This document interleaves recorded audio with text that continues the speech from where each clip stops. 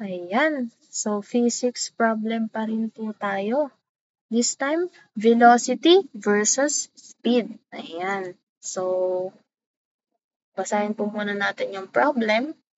Sorry for the background noise kasi po, nasa gilid po kami ng kalsada. Ayan. Sorry. Anyways, basahin po natin yung problem. One car travels due east at 40 km per hour. Si car 1 daw po ay travel due east ng 40 km per hour. Ito po si car. Ayan. Cute. Tapos, gawin na lang natin direction para hindi po tayo nalilito. Ayan. North, east, south, and west. Ayan. And the second car travels due north. Due north daw po siya. So, this is north. So, ito po si car. Side view na lang para madaling mag-drawing. Which is also a 40 km per hour. Ayan. Ang tinatanong, are their velocities equal? Equal nga ba yung velocity nila? Alamin natin, ano ba yung velocity and speed? The velocity po is a vector quantity.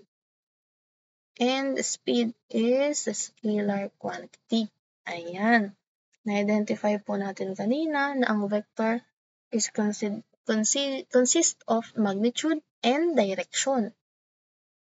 Samantalang si speed naman po or si scalar quantity is considering only the magnitude. So, velocity includes motion, direction of motion. Kaya, naging vector quantity po siya.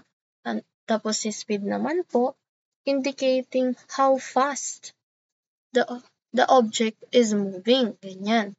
Gano'n lang kabilis, pero hindi mo kino-consider kung anong direction niya. Ngayon, ang tinatanong dito, are their velocities equal? Certainly not. Kasi magkaiba sila ng direction. Si first car is due east and the second car is due north. Ba? Kaya ang sagot po dito ay no because they are moving in different direction. Kung speed naman po ang pinag-uusapan, they are equal kasi same po sila ng bilis 40 km per hour. Pero, in this case, velocity po ang hinahanap and we must consider the direction. So, ang sagot po natin ay no because they are moving in different directions. Sana po naiintindihan po natin kung ano po ang pinagkaiba ng velocity and the speed. So, next problem po tayo. Physics pa rin. Okay, satellite motion naman. Ayan, medyo complicated po ito. Ayan. Also, galing din po ito sa reference po ni examiner. Ayan. So, basahin po natin. On December 24, 1968, Apollo 8 command module became the first manned vehicle to go into orbit above the surface of the moon. Yun daw yung consider. Assuming that the orbit was approximately circular, and the vehicle was 110 km above the lunar surface. So, meron daw po tayo, sabihin natin ito si moon. Tayo. Moon. Ito po yung center niya. Meron daw po tayong satellite. Sabihin natin ito po si satellite. Paano ba mag-drawing ng satellite? Sa ganyan siya. Ngayon, ito po ay 110 km mula sa surface of the moon. And knows that mass po ng moon is 7.40 times 10 raised to 22. Okay? Then, ang radius po ng moon ay Moon. Double N. Kaya nag-engineering ako kasi hindi ako magaling sa spelling.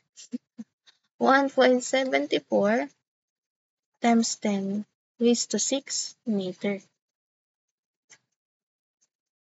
Ngayon, determine the orbital velocity of the spacecraft. Yung orbital velocity, ibig sabihin yung bilis niya po sa pag-ikot dito sa pag-orbit po sa moon. And determine the period of the motion, kung gaano katagal niya inikutan yung moon. Ayan. Bale dito, since sabi niya approximately circular ang path, ibig sabihin, yung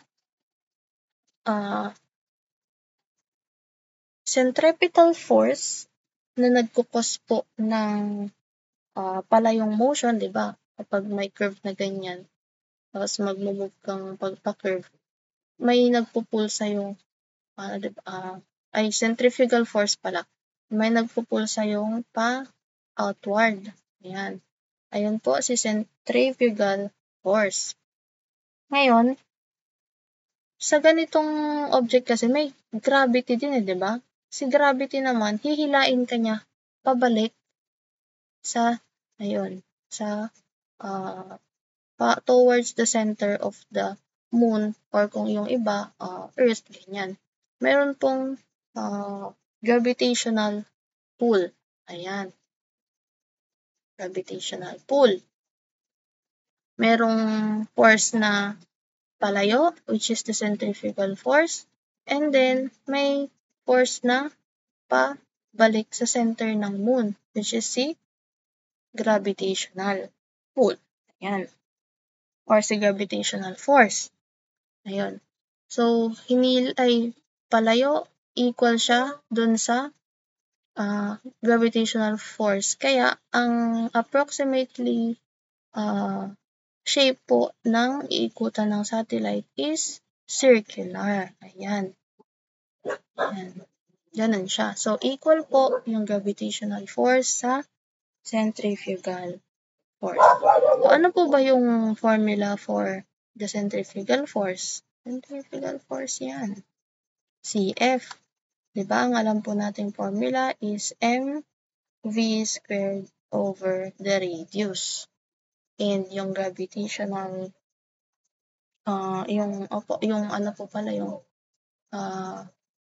gravitational force po is gm times m din na itong mass ng moon or yung mass ng kino-consider po nating kino-consider natin either Earth or Moon and mass po ng object, ayan, over yung radius square. Ayan. So, kung pinag-equate po natin tong dalawa, magiging mv squared over r is equal to g, or ito yung gravitational constant na nasa calculate din po natin na canon, tapos yung mass po ng moon times yung mass of the object, or in this case, the satellite, over r squared. Ayan. Ganyan po siya. Bale, mga cancel lang po yung mass ng satellite and yung isang radius. So, simplify lang po natin. Magiging v is equal to the square root of gm over r. gm. Ayan. Yan lang pala yung formula. Ayan. Bali, yung concept po dito, since approximately circular yung path, equal po yung centrifugal force and the gravitational force. Okay. Kaya in-equate lang po natin yung formula ng centrifugal force sa gravitational force. Ngayon, since ito na po si velocity, square root po ni gm over the radius. Kunin muna natin si radius. Ano ba yung radius na kino-consider natin? Yung radius po mula dun sa center ng moon, ito po, papunta dun sa object of consideration, which is si satellite. So, ito pala yung R. Ayan. Given naman po yung distance ni satellite mula sa surface and yung radius ni moon. So, i-add lang po natin pala yung radius ni moon sa distance ni satellite. Ayun po yung magiging total R po natin. So, ang velocity po natin ay si G na nasa calc po natin. And yung mass po ng moon is 7.40 times 10 raised to 22. Ayan. Over R is 1.74 times 10 raised to 6 plus, syempre yung 110 kilometer or 1.10 times 10 raised to 5. Ayan. Ito pa ba? Bale, si V is equal to calculate po tayo ang ayan. Bali, ang G po natin ay nasa ship C value number 39. Ayan po siya. Si G, constant. Ayan. Bale, square root po ni G times 7.40 times 10 raised to 22 over 1.74 times 10 raised to 6 plus 1.10 times 10 raised to 5. 1.633 or 1.6 times 10 raised to 3. Ayan, ang velocity po natin ay 1633.87 or 1.6 times 10 raised to 3 meters per seconds. Ayan. Ngayon, si period naman po is, diba may formula tayo na, sulat lang natin. Ibang kulay naman, yellow. May formula po tayo. Dito po tayo sa may kaliwa. Distance is equal to velocity times time. Diba? Yan po yung natin. Yung alam natin yan eh. So, ang distance po na ita-travel nito is bilog. So, ano po ba yung equation natin ng distance nito? Diba? Circumference of a circular path or 2 pi r. Ayan. Pangit ulit. 2 pi r. And then, ang velocity po natin, na-compute na natin. And then, times yung time or yung period. Ngayon, i-ano lang natin to. Iwalay lang natin. So, ang period po natin ay 2 pi r over v or the orbital velocity. Ayan. So, plug in lang po natin yung mga formula. Ay, yung mga given. Pi. Ang radius po natin ay this one again.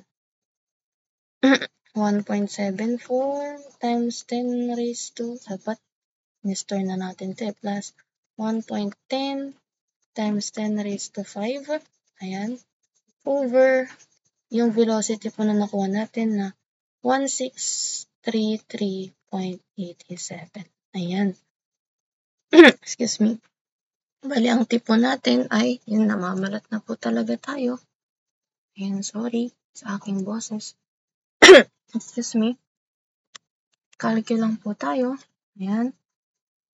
Bali, ang T po natin ay, magulo na ata. Ayan. 2 pi times 1.74 times 10 raised to 6 plus 1.10 times 10 raised to 5 all over 1633.87. Ito po ay naka-seconds kasi meter per seconds. Convert lang po natin into R kasi R yung nasa choices. So, since naka-seconds ito, in every 1 hour, there are 3,600 seconds. Ang sagot po ay 1.976 hours. Ayan, letter B. 1.97 hours. Ayan. Ayan. So, ulitin ko lang po yung naging concept dito. Yes, ang kino-consider po natin is approximately circular, orbiting circular around the moon, yung satellite. Yung ating centrifugal force na palayo, yung pahila, palayo, is equal siya sa gravitational force na pahila papunta dun sa center ng moon. Ayan. Kaya in-equate lang po natin yung formula, which is mv squared over r, tapos yung gm, m over r squared. Ayan. And then yung time po natin is just the distance is equal to velocity times time. Po. Lang po.